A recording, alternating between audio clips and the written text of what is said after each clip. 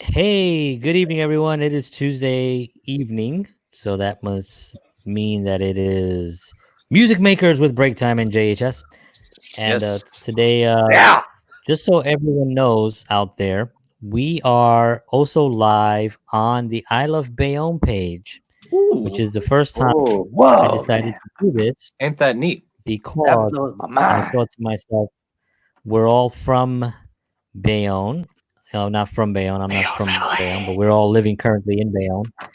And I thought it'd be nice to actually share what we do every Tuesday night, at least once, with the I Love Bayonne family, which has been so supportive of the band and just all of us in general. So, anyway, hello everyone. If you're out there, comment. We are here. It is live. We're talking. We're gonna be talking about different soundtracks and our favorite soundtracks from our favorite films, or not necessarily our favorite films, but our favorite soundtracks. Some people have films that they love and the soundtrack they don't like, or other people have films that they are okay and the soundtrack they love. Um, I guess a perfect example for me would be uh, Saturday Night Fever, which is a classic Mhm.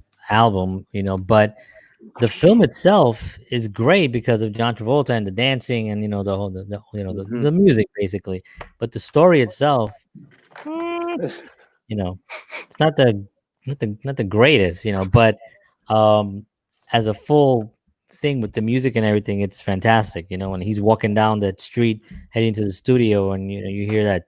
I mean, it doesn't get any better than that. It's like, I can groove to you know what I'm saying? So, all right. So I guess what we're gonna do is we'll go around. We'll talk about different films, and I have a couple of films here that I'll just get your perspectives on. Some of them are obviously older films. Some of them are fairly newer films, and we'll talk about different composers also that make up a big part of film. It's such a marriage, like made in heaven when you talk about. Can you imagine a film without music?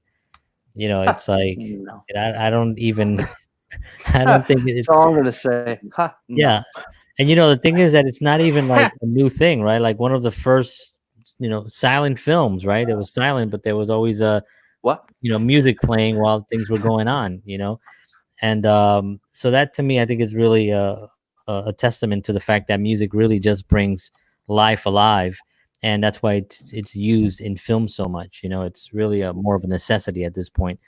So why don't we start with Tommy, the Music Man? Ooh, I'm gonna change it up a bit. I'm gonna put him on the that's spot. fine. You know Um, what? It's good you started me because I got some good ones that I wanted to mention. okay, So all right. So start. so one of my favorite movies growing up as a kid was a movie called That Thing You Do that was written, directed, and starring Tom Hanks, the Oh, actor. In case for those of you who don't know who he is, but you know, you never know. But Jenny. Is that yeah, the guy from yeah, Toy Story? yeah, and basically every single movie you could think of that he was in, that was him. I love you, Jenny. But anywho, what I really found interesting about this movie was that the basic idea of the movie was that it follows this band that was trying to make it essentially.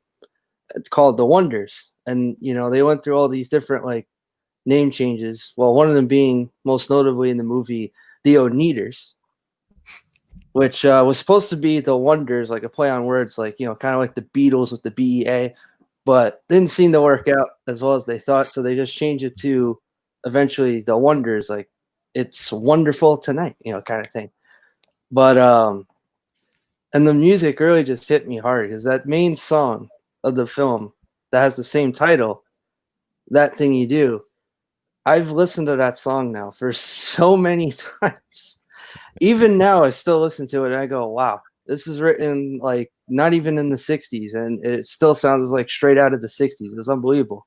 Yeah, yeah. And the coolest part, and I didn't find this out till a little bit recently upon hearing the passing of Fountains of Wayne's songwriter and bassist and all that, Adam Schlesinger, I think his name's pronounced, I could be wrong. And I found out he wrote the song. He's the only one credited for writing it, and I'm like, wow, that was even like more impressive knowing that song that the Fountains of Wayne was famous for. Stacy's mom and all that. And I was like shocked to hear that he wrote it. And Tom Hanks also written a couple songs as well for the film. Cause I'm loving you lots and lots. Yeah, including that one. I think he wrote a song called "Mr. Downtown," and he helped write a couple other songs as well. And yeah, that movie was just like one of my favorites growing up because like there were so many great lines out of that movie too that really just stuck with me even till this day. So that was one of my favorite movies growing up. Awesome. I mean, that's actually kind of cool that one songwriter wrote that song because that's the way it was. Yeah. That's kind of how it used to be. And now I think I saw, Mhm. I can't remember who it was, but somebody pointed out like like one of Bob Dylan's songs, right? Like, one of the whatever classic, you can just pick any Bob Dylan song. He wrote it, the music, he sang it, Right. did a whole thing, big hit and everything. And then there was one song that, nothing against Beyonce or anything, but I think it was one of the songs had 7 writers on it. Yeah. It was like 7 different writers, and then and the song was literally like, "Ooh yeah, uh-huh, uh-huh, yeah, yeah, yeah." It was like, Yeah, pretty all much. right, "Ooh yeah, uh-huh." Should we have another uh-huh? 2 uh-uhs? Uh-huh, uh-huh. Okay, Why uh-huh. not? Just do it. Okay, let's know, just go around the table here. yeah, how Okay, you many want uh-huh do you think? okay, okay. Uh-huh. Let's vote on Okay, I that one. like that. Yeah. Right I there. mean, I was just mentioning this today to my wife because I was saying how like a lot of these songs like her song put the ring on it, but whatever it is, if you Yeah. like, you want to put your finger ring or whatever the hell. Whatever that's supposed to mean. Yeah, and when you really listen to that song, like, because it just shows you the power of the radio and power of control and money and marketing. Because when you listen to, she's got a lot of great songs, much better than if you wanted put a ring on it, put whatever the hell the thing is. I mean, that song to me was like, If you like it, baby, you better put a ring on it. I mean, it is really one of the worst songs I've ever heard. Like, And and, yet it's probably one and of the most it's famous songs that's yeah, known it's by one of the her. most famous songs ever. Yeah. But then you listen to her other stuff, and I think she's got like really great songs, and she's a great singer. You know what I mean? She's a great singer, and that to me was just one of those examples of how when you get a song written by one person, it becomes so much more powerful because now you Mhm. have a viewpoint of a person as opposed to just a marketing team coming together and putting some formula together. And so I like that idea. What you said about I'm glad you brought that up about that film, so that's Yeah. really cool. Did you have another one or because you said you have a couple of them? You said I don't know. I mean, I did have at least one more that comes to mind because I also watched this one growing up. It was a movie called Eddie and the Cruisers, Oh which yeah, basically, if you don't know, it not follows like they're trying to basically find what happened to the lead singer, right. Eddie Wilson, and but most notably, out of the whole thing, like the music really stood out to me the most as well. Not just the ones that the Cruisers were singing, but there was Yeah, also like different songs by like Del Shannon and different artists of that like that around that came out of that period that it was taking place in, yeah, which was I think the 1960s, I yeah, believe, and most notably the ones that the Cruisers mostly sang were written and or recorded by James Caffrey and the Beaver Brown Band, which is an actual band that's still, I believe, playing today. And I believe, well, Joe isn't with us right now, but he's wow, actually met, I believe, John Cafferty, which I thought was kind of cool. And wow, but the music was just awesome in that movie to that's me. awesome. Like, Yeah, that's definitely a classic one. I haven't seen it in years. I mean, geez, what year was that? Do you remember what year was that? I think it was 1980s, I can pop it up 1983, I here. think. Yeah, Yeah, 1983. Wow. yeah, I I think it's mean, 83. Yeah, yeah, my computer is slow, but Let's just say Yeah, 83. I just quick check now. It says Okay, yeah, cool. 1983. I think that was the film. So yeah. Wow. Yeah, I mean that's definitely a classic. And I love those films that really have a lot of to say about that era, but don't necessarily focus so much on the era itself. It's just that's where they are, Right. and so they didn't really focus. I think Physical Graffiti was like that, where it really just kind of just focused on the stories of the time, as opposed to just being so. No, not Physical Graffiti is Led Zeppelin's album. Well, Yeah. yeah, that was American American Graffiti. Graffiti. Yeah, there you go. But Physical Graffiti was a great album, great double That album. was still a great Um, album, but that's not what he yeah, was. but yeah, American Graffiti had that sort of vibe where it was just kind of set into place. It just talked about all the different stories and didn't necessarily point so much into like, hey, look how cool everybody was back then, and that kind of Yeah. thing, which was what I like. We were just talking about Happy Days. I think I like Happy Days for the same reasons.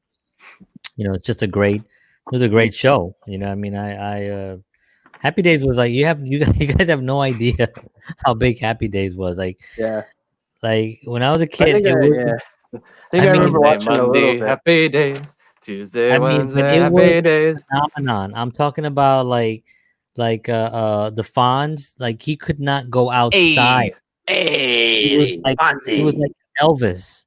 Pretty He was much, yeah. so huge. It was ridiculous. And the show, whenever we would watch it, because for me, I don't even remember what year I started watching it. If I was watching it in reruns or not, I don't even remember.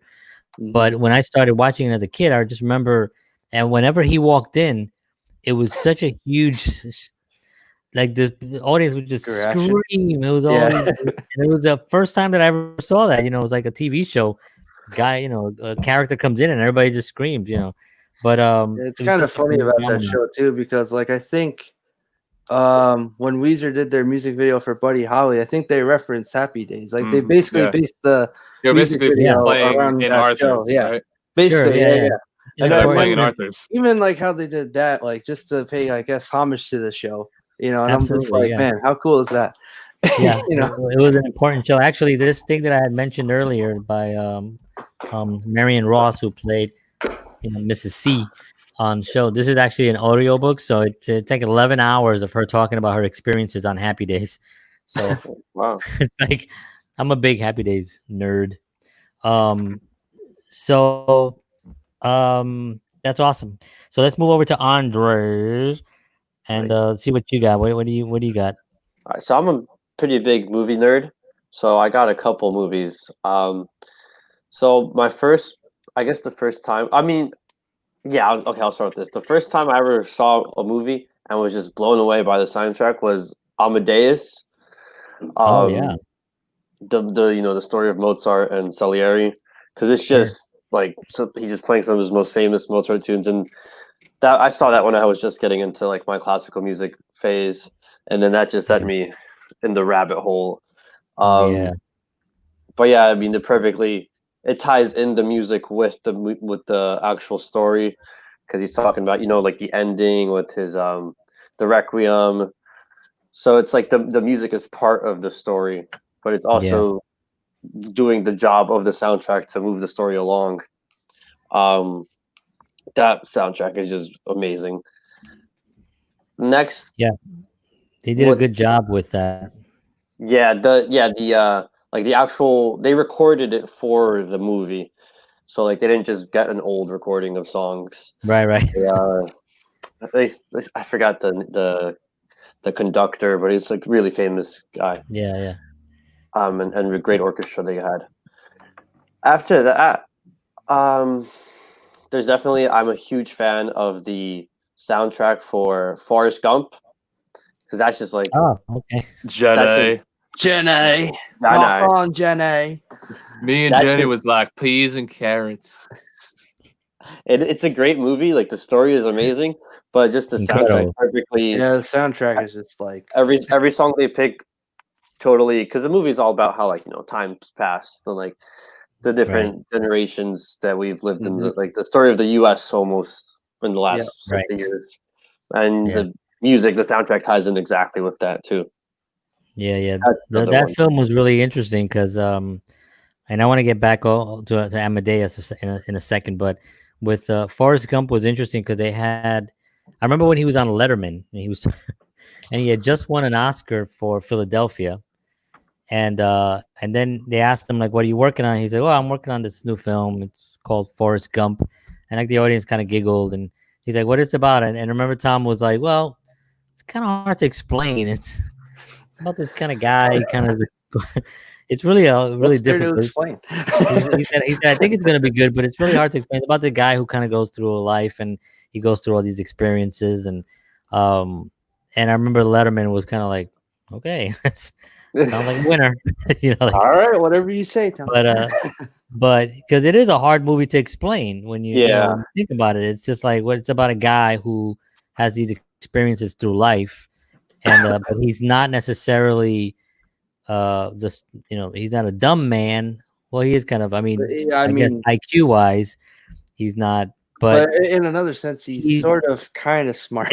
yeah, it's almost like an Yeah, innocent. yeah. There's an innocence to him Mhm. that he Yeah. kind of stumbles upon successful things. And there's a film called Being There. I don't know if you guys ever heard of this film. No. It's a classic film. You guys should just go out and watch it like tonight. It's Okay. with it's with Peter Sellers, and he plays a character that really does not talk much in the film. He almost doesn't. He plays like a guy who is a butler for this very rich guy, and the butler and the his boss ends up dying, so now he's kind of out of a job, and he kind of goes through life. It's literally Forrest Gump, but he doesn't talk about, he listens well and people talk to him and he'll acknowledge them, and because he's doing that and listening so well, people just are really gravitated towards him, and they say, you know what, you really understand me, man, you really get me, I appreciate you. And it just goes through this whole thing, and it's really a great film. It's Peter Sellers, Being There, a great film. But just I wanted to go back real quick to Amadeus, and the difficulty of always having a a character, like you can make a film about a character that existed, that we knew about, but Mozart, we really don't know that much other than what was written, and it's really difficult to infuse such a historical figure that's impacted the lives of so many people. And Joey is here. Joey. And Joey's one of those What's people. up? all right. But it's really difficult to really take a character that's done, made the most amazing music that we don't really know that well, and then put it into a film, and then have the music carry the film, with this actor who won an Academy Award, right? I can't remember his name now, but he won an Academy Award. And for it to just really, do the job that it was supposed to set up, it's really impressive, because that's really not something that, it's really difficult. That's why I think a lot of people haven't really dove into like trying to make a film about Elvis, because I mean, Yeah. Elvis has been gone now how long? I mean, 77, whatever, 40 something years, and Basically, you as know, long as he was alive.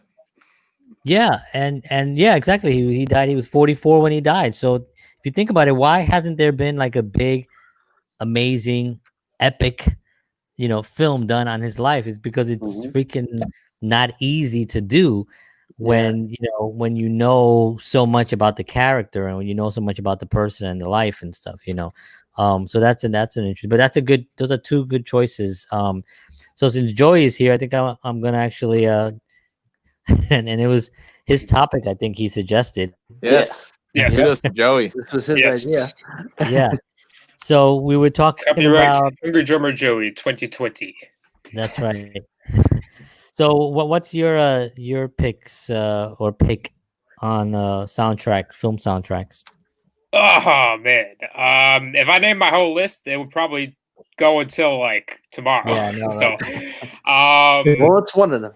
I guess that is a very tough one. I guess I'll start with The Incredibles. Stars. I do like I'm The just kidding. Incredibles. Particularly, one of the reasons I like it is because it combined like Big Band Jazz was like pretty like popular still back in the day, like especially with a lot of films that portrayed it. But I think once it reached The Incredibles, that's when it really went into popularity with animation, especially, and more kids started knowing about it. One of the drummers, the drummer who played on it, Bertie Dresel, he's probably one of the most sought after studio drummers in the world, and he played with like some of the most famous big bands around the world, like Gordon Goodwin. Who else? Brian Setzer. He played with Brian Setzer. He played on the Man of Steel soundtrack as well, and I think the score was composed by Michael Giacchino. I think that's how you pronounce it. Oh, But yeah, he's really famous.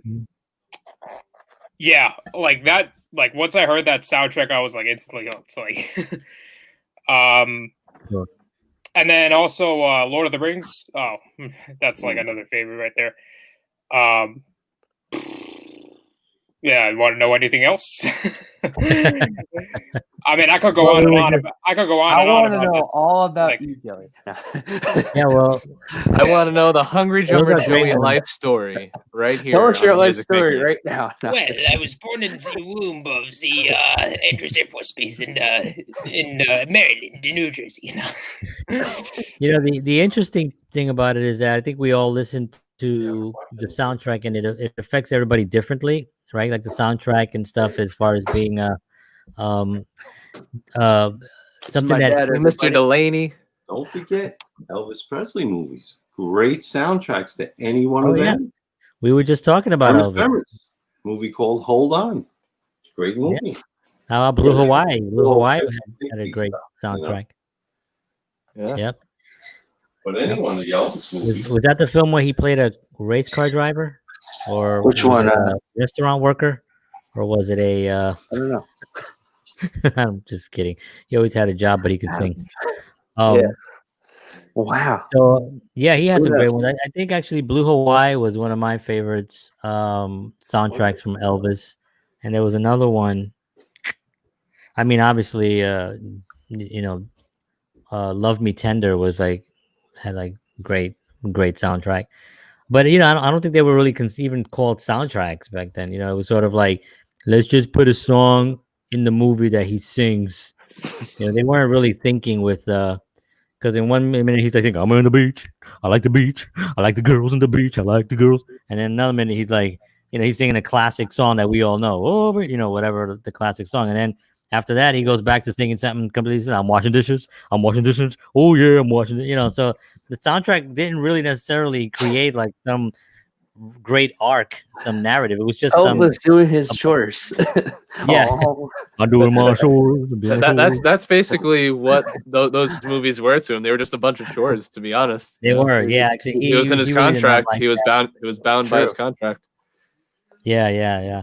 The power it's funny, contracts. he also did, his Colonel Sanders. That's not his name. Colonel Parker. Colonel Sam. Colonel Parker was like very protective of him, but I think he was scared that he had the biggest star in the history of the world, and he might not be able to control him. So he didn't even let him leave the damn freaking country. Like Elvis, I think the only place he went to, I think he went to Toronto, was his only time out of America in his whole life. Yeah, And this is yeah, the guy who but traveled besides, the world. yeah, but What was that? besides being in fighting in he was deployed to Europe. That was the only other thing. But That's the only time it he's wasn't been a tour for music. performing- That was a military tour. Yeah, exactly. But performing, like, he just did not really didn't go out there, and it was really a tragic thing. It had something to do with his visa and his passport or something, but Yeah, something probably with Colonel Parker. yeah, he was just like not having it. He's like, you ain't gonna leave me, boy. Yeah, you listen to me. You ain't leaving this country. All right. Actually, All a right, lot- Dr. there was, Field. there was a But there now was a listen to story. me. There was a story where they were inside in a limousine, and I believe it was I can't remember who it was. Somebody with a famous talk show back in the day. Oh, Milton Berle. Duh. So Milton Berle had the big show, right? It was the first guy who put on Elvis was Milton Berle, and they were in the car, and he hands over a contract to Elvis. Elvis is sitting in the middle, and it's Milton Berle, Elvis, and Colonel Parker. And he said, "Oh, Elvis, here's the contract for the show." And Elvis grabs it, and he's like looking at it, and then Colonel Parker just grabs it from his hand. He goes, "Yeah, don't give that to the boy." He's like, "We don't want it. Don't worry about that. I'll take care of that." And I just thought, and Milton Berle was like, really was like, wow, this kid is really under wraps, but I think he did well for himself. Oh, you know what that just reminded me of, actually? The movie Oh Brother, Where Art Thou? Yeah. Yeah. That scene when I think they were about to record that song. What is it? Man That Causes Sorrow, and then George that weird Clooney, right? Western guy was like, well, hot damn, I guess you did sell your soul to the devil. Right. Now, yeah, I remember that scene. That was with George Clooney, right? Yeah. What a weird ass film. That was a good soundtrack too. Yeah, that was a good soundtrack. Yeah. Weird film though. Took a weird turn somewhere in the middle. That'll happen sometimes. Yeah, that happened. Hey, the weirder it is, the better. That's right. Good point. Mr. Sean, well, what do you got for us, Mr. Sean? Oh boy, I can't wait to hear this. All right. So, as of yet, nobody has mentioned any films that have turned into musicals. So, I dressed accordingly for this one. I know which one you're going to say. Suit. I think I have an idea what he's going to say. It has to do with Elton John. And he collaborated with Hans Zimmer for the soundtrack of The Lion King. And I was amazed. Obviously, anybody who's had a childhood has seen The Lion King and has been introduced to Elton John's music in that way in like since the turn of the century. Yeah. Elton John, he took a risk, and he was really proud of it because he wanted to create an ethereal experience when he was at the helm of the writing and the production and the scoring for this with good old Hans Zimmer. Yeah. So you just got to look at the track list and see like the classics that are on here, like Circle of Life, how momentous that is. Yeah. I Just Can't Wait to Be King. That's poppy, catchy, and lighthearted. Be Prepared is very like there's a lot of machismo in it, and it's like very brash and sinister. Hakuna Matata, sinister, right? Yeah, who could forget Hakuna Matata? Who can forget Hakuna Matata? Right. It means no worries because a break time is a great time. Oh Lord, Hakuna Matata, my friends. Here we go again. It's not the end of the show yet, and he's already saying it. Can you feel the love tonight? Like, come on, like doesn't that tickle the heartstrings for you? This land, an instrumental, it's tranquil, but it's progressive, smiling, progressively triumphant. La Tentacion de Simba. Me neither. Very scary. Me neither. That's when I'm not gonna say it. That's when Simba's dad falls into the stampede. La Tentacion de Simba. Very scary. I'm holding a lyric right now. Sous les étoiles, I think that's probably not how you pronounce it, but I tried. Elton, how do you very poppy at the reel. And Alexa. Alexa, how do you pronounce this word? Everybody knows that The Lion King became one of the hugest box office successes of all time. And that happened 26 years ago yesterday. Holy June 15th. Really? Hey, here we go. 1994. Here we go. Happy anniversary. Yeah. Wow. One of the best performances.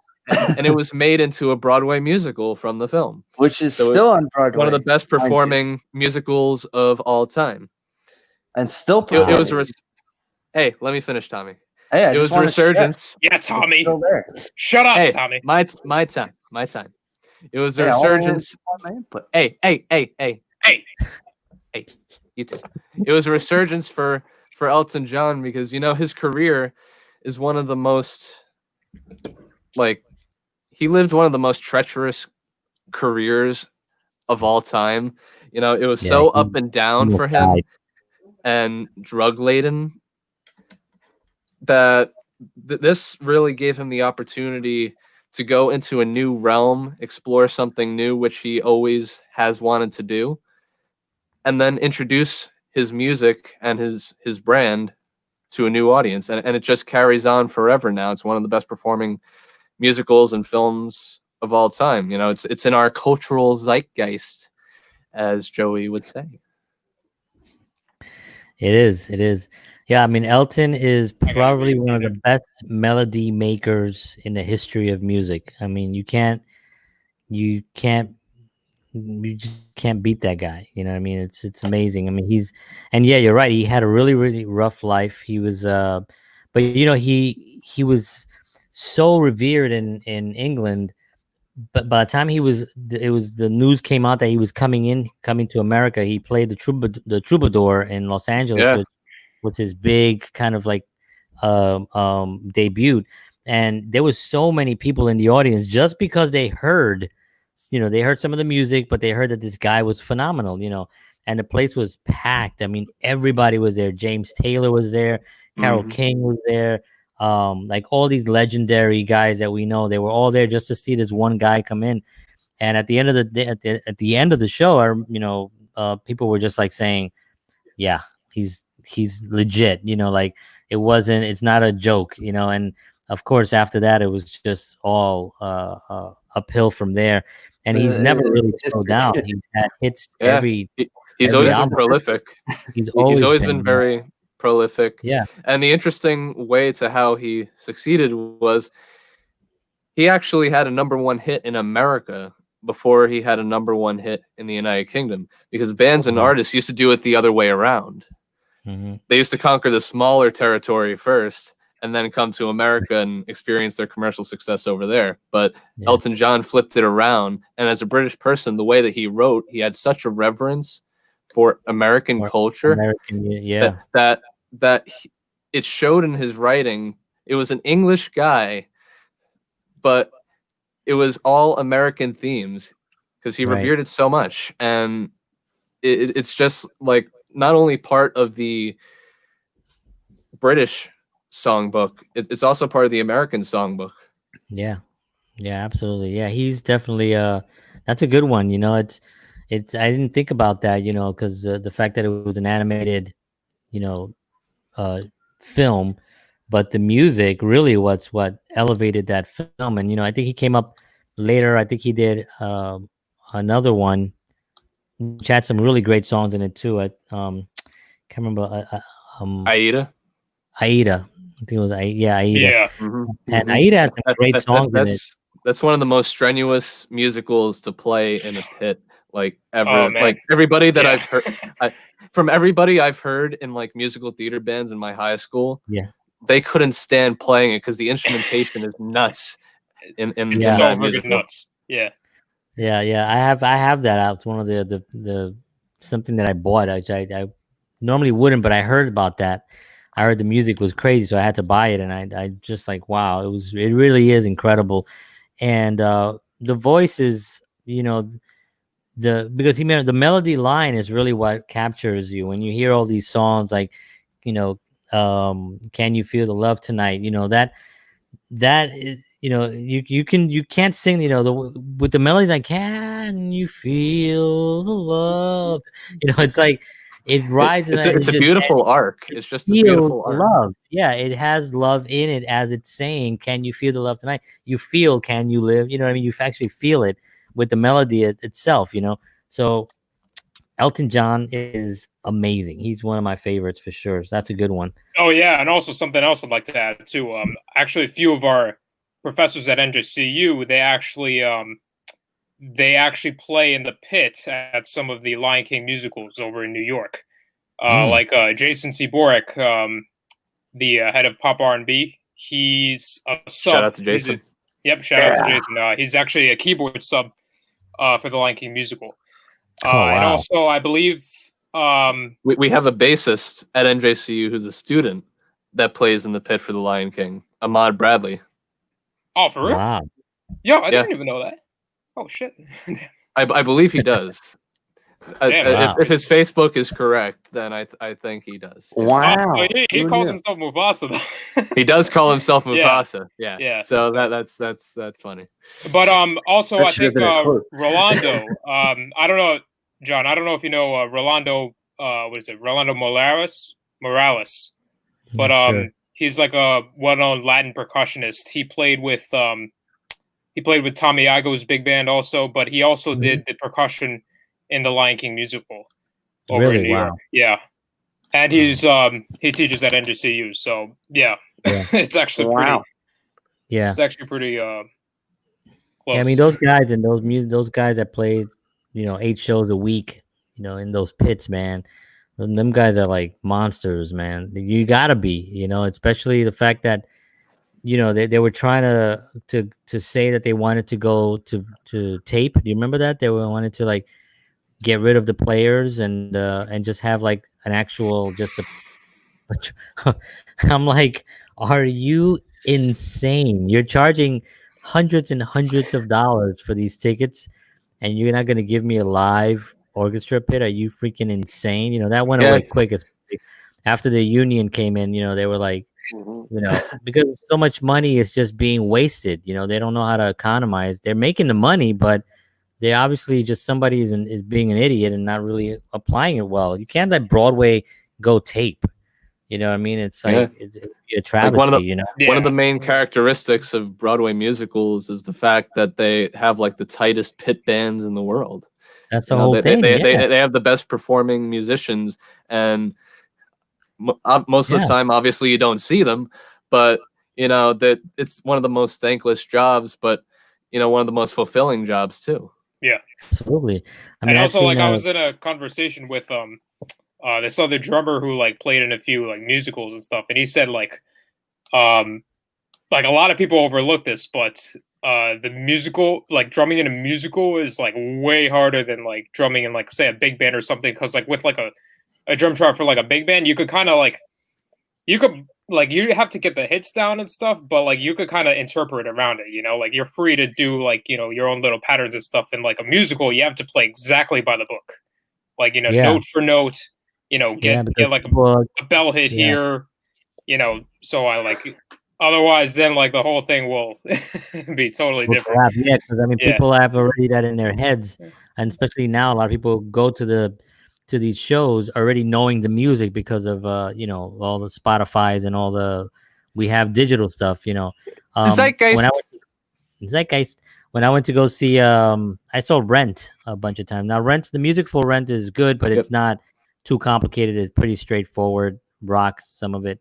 And then I saw the musical 525,600 minutes. Did you guys ever hear of the musical 1776? Yes. Yeah. So the music. I went to go see that. Somebody just gave me tickets, I think, and I took my mom. I remember this was years ago, and the guy who was playing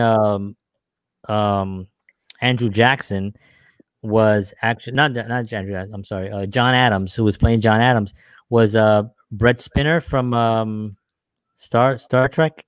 He played Data. Yeah. Captain. And he was like freaking phenomenal. He blew me away. But the band was so good. I mean, it was just so incredible. That's Spock, by the way. Live long and prosper. Yes.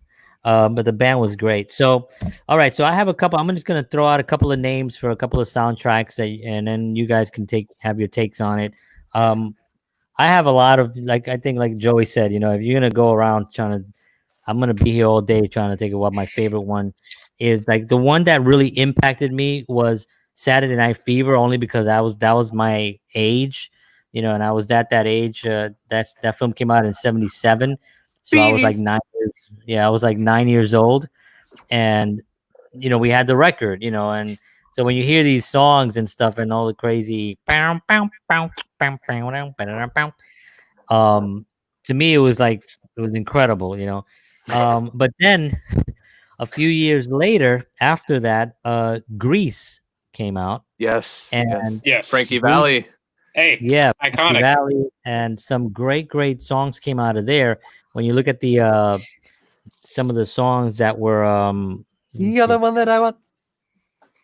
What was the name of that singer? Olivia Newton-John. Olivia Newton-John, right? Yeah. Yes. she was Oh a- man, she's And John Yeah, Travolta. wow. Oh man. yeah, she was The incredible. That was a real love Yeah. story on set. Like John was like crushing on Olivia, but Yeah. Who wouldn't?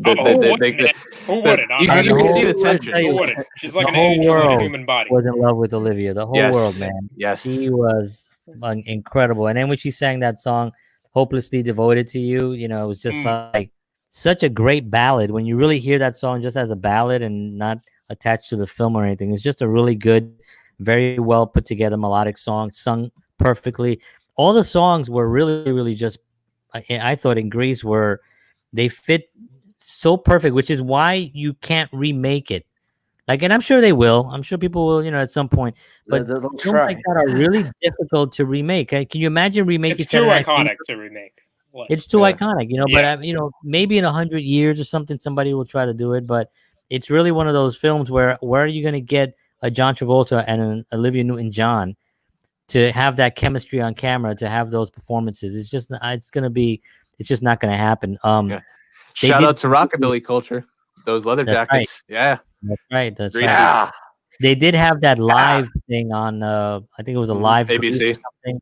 Yeah, and I heard that was pretty good. I think people really enjoyed that. I mean, the production of Grease has been on Broadway forever, and that's gonna continue going forever. But the film itself, that experience, I think that was captured perfectly, in my opinion. The story was great, also. About trying to fit in where you don't want to fit in, and bullying and keeping your own integrity and all that kind of stuff. All those messages were in there. So I'm going to throw out a couple of other films and see what you guys think. These are kind of like out there, but so I mean, Purple Rain. I haven't seen it. Purple So- Rain. Wow, I've heard I've of it, but actually never never seen seen it. that. So check it out. The film is really weird, right? Mhm. Because Prince, Prince is Just for was like Prince. Prince was my height, right? I mean, literally, Prince was like my height, right? And of course, he had big heels like this, which I'm considering getting myself. But he has these like scenes where he's like on this huge motorcycle and he's kind of hanging in his little legs, and But then his girlfriend is like Apollonia, which is like unbelievable. She's like the freaking hottest girl ever, but the music itself and the performances in that was really phenomenal. I mean, Purple Rain and Let's Go Crazy and all these songs that are just, and I mean, I thought that film without the film itself was really weird, but When Doves Cry, like when that song came out, When Doves Cry, it just, I mean, that's a great freaking song. I mean, that's got to be, to me, that's like one of the top 10 songs ever, because it's just such a great overall, just put together a great song. So Purple Rain was an interesting soundtrack, because one of those things that I'm not going to sit there and watch the film, though. You know what I mean? Yeah. Like I won't watch the film. I might watch a couple of clips just to kind of giggle a little bit, but I'm Just probably give me not the gonna soundtrack, man. soundtrack phenomenal. See, Grease, I would watch both. I would watch actually I showed, Mhm. it was funny. I thought Grease was really a kid movie. I'm thinking, oh, my daughter would love to see this, and as I'm watching it, the first song, they're like, Summer Lovin' Had Me a Blast, right? Mhm. And then and then he's on the bench and he's like doing this thing, it had a girl crazy for me, and I was like, Pelvic Well, never thrust. mind. Pelvic like, thrust. Got the pelvic yeah, he's thrust. like of thrusting himself, and Travolta then, thrust. yeah, and then the girl has she's pregnant, and then I turned it off quick. I was like, you know what? Let's just listen to the songs. Let's just not watch that. just taking the music, Let's man. just listen to the song. Listen to the- How about this was I don't know what you guys think about, but The Bodyguard. You guys remember that? Was It's a that soundtrack. the 1980 film? The one of It was it was in the like 90s. it was like with a bully, right? And then like he the kid like hired the bodyguard, like that big No, guy. but that I know that film, and that's a great film actually. Oh But no! You're talking about the other one, right? I'm talking about. I think that was called My Bodyguard, Yeah. and this is called The Bodyguard with That's the Whitney one. Houston. Oh Yeah, my yeah, god, that's so 1980. I've never heard of it. yeah. Well, the film. I think I don't. When was the Bodyguard came out? Anybody know? I don't I know. thought I it haven't seen I that one. haven't seen that I one think it's in either. the. I so, think you it was in the. Yep. Over my head. I think it was in the 90s. It was Whitney Houston and what was the other guy's name? Forgot his freaking name. Kevin Costner. And so let me see. 1992. 1992. Yeah. 1992. So it's basically Kevin Costner is a bodyguard and he's protecting Whitney Houston, who's a famous star, and they fall in love. And then, but the actual huge hit from there, right, was like, "And I will always love you," written by Dolly Parton actually, and she had a pretty big Dolly hit Parton. with it. Yeah, she was a Dolly Parton. She had a Dolly pretty big Parton. hit before. Yeah. She's the one that had the The really, really Tennessee. big hands. Remember that? Um, everybody's like, whoosh. Yeah. Just went, just You went know, she whooshing had over really, my really, head. really big hands. She had a big hit, big hands, big hit with it, and then Whitney Houston obviously just blew it out of the water, and it became like the #1 song of all time, and all that other stuff. So that was The Bodyguard. The film itself was really, really not so good. Not so good. Ah, Well, You guys- well, you guys- John. Speaking of like cult movies or like movies that can be considered like cult classics with like a great hit song, that just reminded me of "To Sir with Love," like with Lulu, and like that favorite, that famous song like from that movie. Like I love that movie. It's a Yeah, that was a classic. That was definitely a yeah, classic. cult classic. Yeah, I guess there are Yeah. films that had maybe just like one huge hit song, that really defined the film and really elevated Footloose. the film. I was gonna say Footloose. I wrote there we go. I wrote down Caddyshack with "I'm All Right." yeah. There we go. all right. Nobody worry about me. That's Don't worry right. about me. I'm just jamming. to it. I forgot to mention another one of my favorites. I actually thought of one like too this- as well. Yeah, The Greatest Showman. Actually, I love. Oh like- yeah. Oh, that one. I think I've seen I don't that. care. Like I know everyone says like it's like historically inaccurate, but like when I saw it, I was like I loved it. Like the music and So did everything. I. The acting. I thought Yeah, it I was thought done the so music was well. interesting. Just totally disregarding like the history and all that with P.T. Barnum. I know he's like a screwed up guy, but yeah, the music. Oh man, I loved it. Hey, Yeah, hey, I Joey. thought- I Yeah. agree. Yeah. Joey, I'm gonna throw one right at you that you should have said. Back to the Future. I was getting to that. Yes. Damn, I Yes. forgot about that. How one. could we Oh, forget man. about the legendary Back to the Future with Huey Lewis Down and the News. Louisiana goes to New Orleans. Yep. Man. Yes. How I come And to know freaking, Johnny Be Good. Back to The, the, future. the famous Huey Lewis cameo as the judge. And that one too. The Too perfect loud. combination of classical orchestra meets rock and roll. 80s rock and Yeah. roll. It's perfect. Yeah. Absolutely. Yeah, perfect. that film that came out when that came out. That was a monster film. Also, all those 3 films when they came out, they were just. I had my kids watched all of them. We like literally spent. I think the first week of quarantine, I think we watched one day. We watched all, and they were like obsessed. Let's watch it again. Let's watch it again. Because it's Whoa, just anybody home? just fun. The music is so good. Hello. There's actually one movie that I wanted to mention that I don't know why I just thought of it now, but there was a Monkeys movie. It's the only movie they had, and it was the movie okay. itself. The movie probably not the best, but the thing that stood out to me, that still stands out to me today, is the music that they wrote for it. Because the music, I think, really made the movie a little bit more bearable. Circle Sky. I mean, besides that, you had like a Yeah. song. Well, it's a weird title, I guess, when you think about the title now. But there's a song that Davey sang called Davy Jones, if you don't know who I'm talking about, I know called Davey Daddy's Song. Locker. Yeah, it was called Daddy. I think it was called Daddy's Song, and it was actually a really good song. And and then as Sean said, Circle Sky. There's a lot of songs off that whole. Can you dig it? The one that comes in the beginning of the movie, I can't think of the name now. I don't know why, but was it? Porpoise Song. That's what it was. I just remembered. But yeah, Thank like, you, that Mr. movie. Delaney. Thanks, Dad.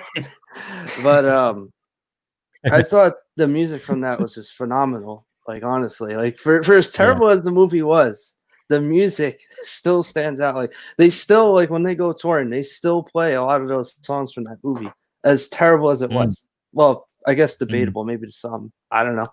But you might get something to say. Hey, that movie was all right. I'm like, no. Speaking No. of a movie basically flop, but basically with a good drug songs. You just cited basically the American Beatles. Now the Beatles, they did Yellow Submarine. I love the songs off of Yellow Submarine.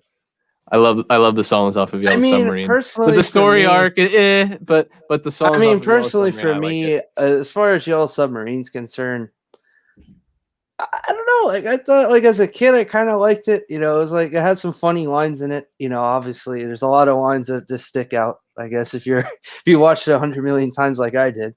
But yes, Right. the music, like Head, kind of stands out. You had Yellow Submarine, which, okay, maybe not be the best Beatles song ever written, but it's catchy, and it still rings true today. And I actually seen Ringo play it. Hey Bulldog. Hey Bulldog. Which, Eleanor Rigby.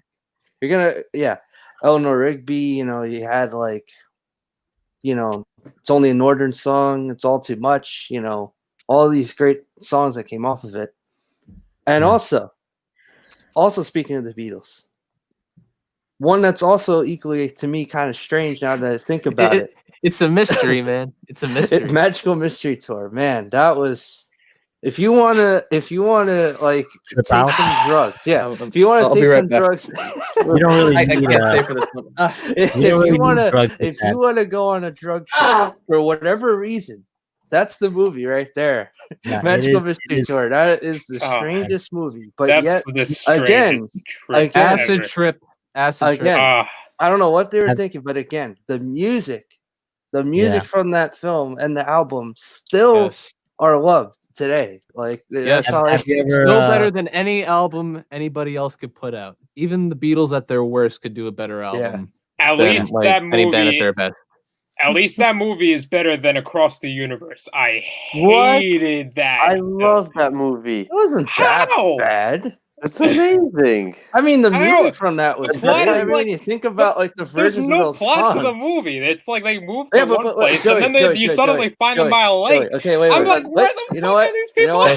what? Let me butt in here. Hey, Let me butt in here. John. Hey, John. Cancel them. Cancel them, John. Hey, wait. Let me just say something. Looking about at it Across from the a Universe, filmmaking okay? perspective. Let me just say okay? something about Across the Universe, okay?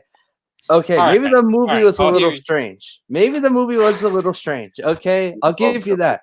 But the versions of some of those songs, like there was a few versions Amazing. of those songs that were just like Bono doing "I Am the Walrus." That has to be one of the best cover versions of that song that you could ever do. I mean, the music is Like, okay. you can't Like, top the it. Like, you The can't. music is Like, okay for that. like, movie. you know, The like, and then movie- Mr. Kite was brilliantly done, and like, you know, the song Across the Universe is brilliantly done. Helter Skelter was brilliantly done.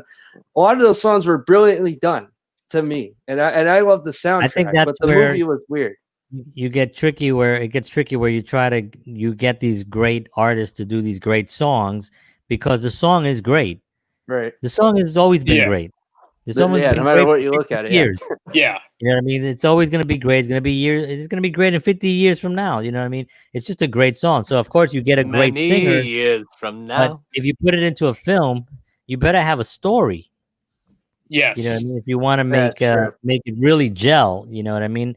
That's where it gets a little bit, you Oh, know, yeah, I crazy. mean, I do agree. Yeah. It's a weird movie. Like, no, I agree. Like, the music for that film, like, you know, they were pretty like creative with some stuff, and like, I thought it was pretty good. I mean, for again, the most Bono part. doing But- "I Am the Walrus." That was like my favorite version of "I Am the Walrus" that I've practically. It's practically like Yeah. U2 doing "I Am the Walrus," but it was just him and some other band. But it Yeah. sounded like U2. It's like unbelievable. Yeah, no, I agree. Like the music was okay for that film. I think my problem with it was like it.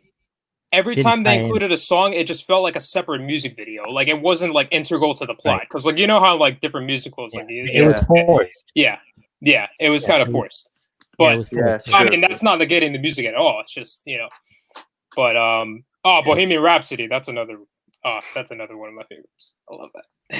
Oh, yeah. Yeah. Oh, that's You guys terrible. ever heard of the film Phantom of the Paradise?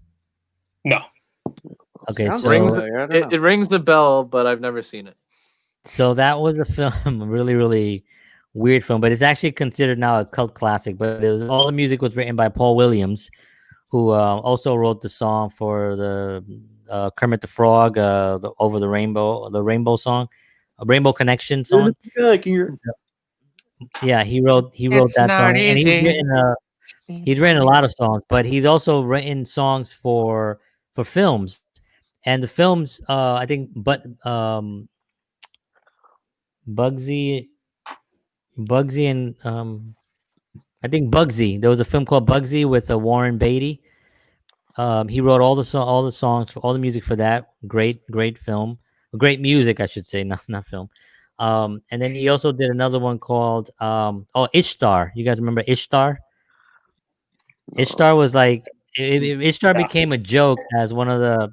It was unfortunate, but it became a joke as like a really bad film, and everybody would always refer everything that was bad to an Ishtar. And basically, it was Dustin Hoffman and Warren Beatty, two huge stars, and they're songwriters. And they did some. I don't know. I never really got through the whole film because it was really not that good. But the music was written by Paul Williams. So here's a guy who's he's got a Grammy. He's got multiple Grammys. He just wrote songs for Daft Punk like maybe about 4 or 5 years ago. He won 2 Grammys for that. And then in the 70s he won an Oscar for like Barbra Streisand sang a song in I think Evergreen. He wrote that song, and so he has all this like, but you sometimes don't get the hit because the film, the music is so great, but the film, whoever is putting it together, is forcing music into certain places. This is my own 2 cents, right? This is why I was talking about Grease. None of the songs were forced in; it all flowed with the story. Yeah, they were integral. Yeah, right. And I they were think integral to the plot. When you write a song, it would be better if you take a composer or somebody who's writing a song and say, you know what, write us 15 songs that tell a story about 2 people that are whatever in love and then fall out of love and then get back together, whatever. An Elvis movie, right? Yeah, and like here's the script. Songs. Like write something according to this right here, and just block it out. or even go even further and just say write the songs, and based on what you write on your arc, I'm gonna write a script to that. Vice versa. Yeah. I think that might be even better because now you're writing to what's already there, as opposed to saying, "Hey, I got this great story. Where can I fit this song in here?" Let's or even have them like watch some of the the pre-recorded scenes, like and even like that would give them an idea. Right, exactly. Or if you give somebody the script and you say, "Here, can you write to this?" But I think what happens is like, I have these songs, you have a script, let's put them together. And that doesn't seem to work. You know what I would like to see? And Joey, I think you might, I think all of you, but I'm only thinking because of the drums. But why don't somebody take 2112 and turn it into like some type of a film? Like, that would actually. Oh boy, that would be the ultimate Odyssey thing. You know what I mean? Like, I would just be like drunk of happiness. Can you imagine that? It would probably really just take it and really do it really well. I mean, that'd be like I would love that, man. I would love that. Oh, I yeah, would it love would be kind of cool I would- still, though. Yeah. I would absolutely love that. So we Oh, have I a. forgot to mention another one of my favorites. All right, let me just take this question real quick, Joey, and then we're gonna come to you. So, Tommy, you're here. Why are you also typing? That's I don't Tommy know. Senior. I know. It's Tommy magic. Ah. That's magic of That's, Mr. silver. that's Mr. more or Senior. less Tommy's dad, as he says. just wanted to So say he one said- more thing about the Actually, monkey movie head. Oh, my dad You get also the album mentioned, at Silver I Corner. can see it over here on my end. It says, "Don't forget about Ah. School of Rock and Hail Hail Rock and Roll." Hey, School we of go. Rock, yeah, that was another one of my I didn't think favorites. about that. That's true. You know, Yep. True, and then that's true. Tommy. Who could forget Tommy? Holy Tommy, mackerel! yeah, The movie Yeah. might have been a little iffy and weird, but wall. but still, the music stands the alone. music It stands, alone. yeah, Yeah, and yeah. it's still Yeah. School of memorable. Rock, The music, like, and then Yeah, yeah, Hell School of Rock. Yeah. I School mean, of come Rock, I on, really enjoyed. Come come I on, thought School that of was Rock. legendary. Come on, Yeah. Great Yeah. one. come on. What's there to say about School of Come Rock, on. man? There's nothing wrong with School of Jack Rock at all. Black, Yeah. Jack No. Black leading a band of kids. So what's better than that? There's nothing wrong with that. That If, he any, tells if so anyone many starts stories. complaining about that, I'm gonna be like, that all right, SG, you need to, bro. That SG. He inspired Yeah. me to get an SG. That's how powerful that movie was. Yeah, that movie was you know really what? great. I'm gonna form my own band, and you all can be Yeah. a funny little footnote on my Yeah. ass. Yeah, I love that. I love that film. He was just perfect. Oh, Wait, also he didn't another. I don't know if you Go guys ahead, heard of Joey. one of my other favorites. It's called How to Succeed in Business Without Really Trying. Have you ever heard of that? Oh yeah, That yeah. sounds Yeah. familiar. but- I actually originally the way I found that out was I didn't actually see the movie first. I saw it live when Daniel Radcliffe was Mhm. in it back in 2010, I believe, when it just got released on Broadway. And man, man, it was amazing. Like oh, yeah, I think I remember. that like one. probably That the best like musical comedy ever, because like it combined like real life business shenanigans with Right, right. like into the songs, and it was pretty it felt pretty natural. And Daniel Radcliffe, man, he's just like a Mr. Paul performer, a natural born performer, man. Like Yeah, I actually got to meet him after the show, but Oh, nice. yeah, he freaking knocked the house down with that. And Yeah. I just found out that I think the movie came out in 1950 something. It was, but yeah, I've actually never seen it yet. But I heard that was based from the movie. So Hey, Nice. did you hear about Karen? She got that new pink van. She's driving it all around the neighborhood. You can't not see it. You know, she's just flaunting it everywhere. You know, just How can you standard miss it? water cooler talk. You know, Yeah. Karen and the pink van. You can't not see Speaking it. of musicals, though, there's another one that I think we've not yet mentioned, which was at least much was Jersey Boys, Jersey Boys. and that was Great stuff. obviously a play first, and then they turned into a movie. But Well, I the mentioned fact that Grease they- with Frankie Valli. so- yeah, so that's kind of in accordance with that, But I've actually gotten the pleasure to seen it. I think the first time they ran it before they closed it and then brought it back and whatever. But whatever happened there. But I really thought the movie actually was a little better as far as the story, because obviously you go see a musical, it's most likely going to be more about the music a little bit more than the artist a lot of the time. And in this case, it was more about the music, I think, because I think you learn so much more about the band itself from the movie while still having their songs, Sure. throughout the film. Yeah. And Yeah, I mean, I think It's the a, film it's a explored more of jukebox the musical. characters. both of them Yeah. are great, though. Don't get me wrong, but I just thought, Yeah, like, for me, like the movie was as better as far as the story, because it actually went through pretty much the whole, Yeah. career. Yeah, you're right, and I think most of the those types of things, like it's really difficult to do it all on stage because you have that's probably why. so much songs and so much dancing, and you have to really You have so much time to do it. And big everything, giant- too. Yeah. giant You only show. got a certain amount Boys. of time, like Yeah. Moving do it. out. Beautiful. The Carole King story. Oh, that was great. That I was- love that. I saw that. I like that one. Yeah, that was really good. I thought about seeing Um, it. But I don't know why I haven't. It was you guys saw the film Once. No. Familiar, but I don't So think that was it was an Irish singer songwriter, and he had these songs. It was a beautiful film, very well shot. It was a very subtle film. It was was a guy who's a guitar player. He meets this girl, and she just happens to kind of play piano a little bit and sing a little bit, and they kind of like fall for each other. And they write these really great songs. It's called Once. It came out in 2007, I think. But it was really that was a good one. I like those kind of stories and films that not because all the ones we've been talking about are very famous, very popular, But there's so many of them that are just amazing, but don't get that type of recognition because they came and they went, and they didn't create whatever impact they were supposed to do. But what was the one from the guy that he something strange? Yesterday. No, not yesterday. Let me see if I find it. I'm not gonna find it, but perfect. I can't remember the name of it. But it was such a great musical. He had the guy that was in it also was in it. Whatever. Now, you know what? You guys start talking. I'm gonna search real quick. Oh, there's a few that I forgot to mention. Damien Chazelle, the director of Whiplash and La La Land. He combined a lot of. Or are you bagging? No, but yeah, like I thought, like his fusion of jazz into like the musical world was like really ingenious because he also tied it into like real life experiences also, and especially with his like old band director.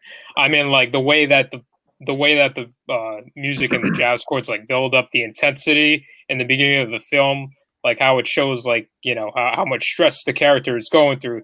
It really portrays the atmosphere really well, especially with like the whole big band vibe. But and I think La La Land too. Yeah, like La La Land, freaking iconic. The winner of the winner. Oh, I mean, not the winner of best film. Yeah, what happened there? Right, that was fun. Well, I watched that too, and I was just like, what a mess. I was just like, damn, that was just like a slap. They just got up there to accept the award and just to tell them, oh, wait, no, you didn't win. That's so crazy. Yeah, that was an ultimate fail. That was when I realized award shows were going downhill. How about Moulin Rouge? You guys remember Moulin Rouge? Yeah, they've been going down there for a while. I'm trying to find this damn musical. I can't but find another one that just recently came out, not too long ago, relating to Elton John. You all know what I'm going to say. Rocketman. Yeah. Yeah. Oh yeah. Now, the most interesting thing about Rocketman, when I first saw it, I didn't know, but now I do, is that the guy playing Elton, Taron Egerton. That's how you pronounce the name, right? Terrence Fletcher. He actually sang a little bit. He sang all the tracks. He sang all the tracks in the film, which I was like, oh yeah. And I was surprised how much he really, like, knowing how Elton John sounded up until that point, and even now, till now, like now that we played him to death in our band, but yeah, Benny and the Jets. But anyway, just the fact that he not only looked like him, not only that he didn't look like him, but he sounded just like pretty close to like him. It was like unbelievable. Like it blew my mind. Like I had no idea, and I found it after. I was like, huh? Give that man an award. Hey. Under the piano, by the way. Pulp Fiction. Yeah, Pulp Fiction. How can we forget that? Oh, also Rocky. How can we forget Rocky? Rocky. Yes, Rocky. Yo, Adrian. Yeah, I would only think that there'd be one song per film that was right, because you could say the first one obviously was Rocky, right? Right. Mm-hmm. And the second one was when was Living in America? That was part 4. That was 4. Yeah. That was when it went 80s, like totally 80s. Mm-hmm. It's like Two had Eye of the Tiger. Synth heavy training montage by Vince DiCola. Right. No, wait. 3 had Eye of the Tiger. Creed. 3 had Eye of the Tiger. The Eye of the Tiger. Apollo. I will break you. Go for it. Poor Stallone. He's like so great, and that's the impression. He's great, man. One of He my is favorite great, actors. right? He's like, Yeah. I think he's like one of the best.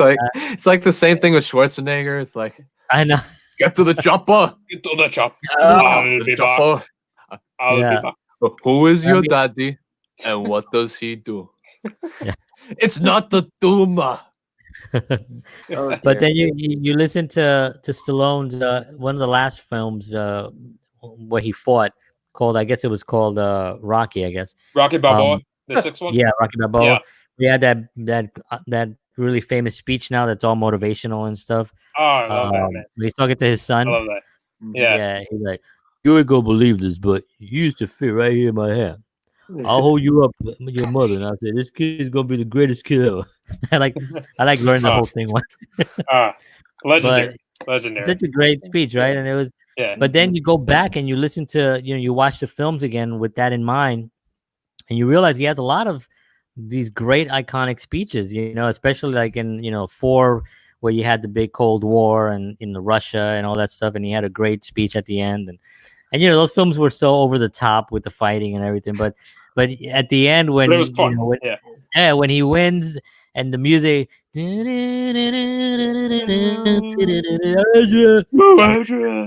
it's just it always makes you feel good and stuff.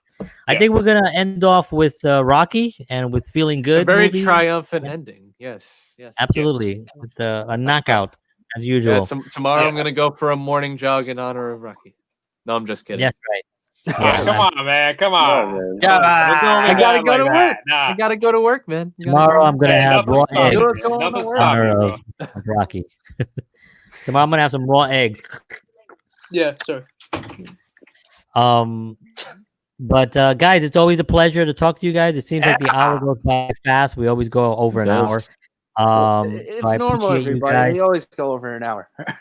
Yeah, we always do. We probably can keep going too if I didn't have to pee. Yeah. I'm the old guy here, so it's like you guys probably just pee on yourselves, but you guys are young, you can do that. I 'cause you neither guys confirm rock or and roll. deny. No. You guys are rock and rollers. So guys, have a great night. Thank you again as always. We'll see you guys next week. Yes. I Thank like you, when guys John. come up- Thank you. when you guys come up with subjects, I really appreciate you guys, with new topics. Anybody listening, Vincent was out there, Tom, I saw somebody else out there. A couple people came and left. Anybody out there listening, give us some topics if you guys are interested. We'd love to hear, what we're going to talk about. And if you're really interested and you want to be, we'll bring you on live and You'll be in the join spot in between Joey and you'll be Andre, right right there. right in that spot. Or whoever's down there. Yeah, whoever. I don't know if It'll it's be always like- going to be Joey Andres, It'll be like but the Brady Bunch. you'll be So here. bring you on. Absolutely.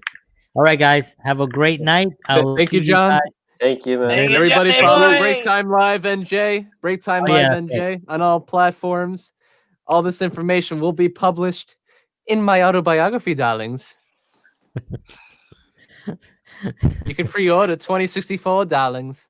That's right. BreakTime reunion tour. And Sarah Smith, I'll be home soon with your cheesecake. From Now, the there's a reference. There's a reference no one's ever gonna get, but us five. From Dickies. This is gonna go on forever. Thank you, everybody. Have a good night, everybody. Good night. See y'all Nice, later. guys. See ya. Good night. Night.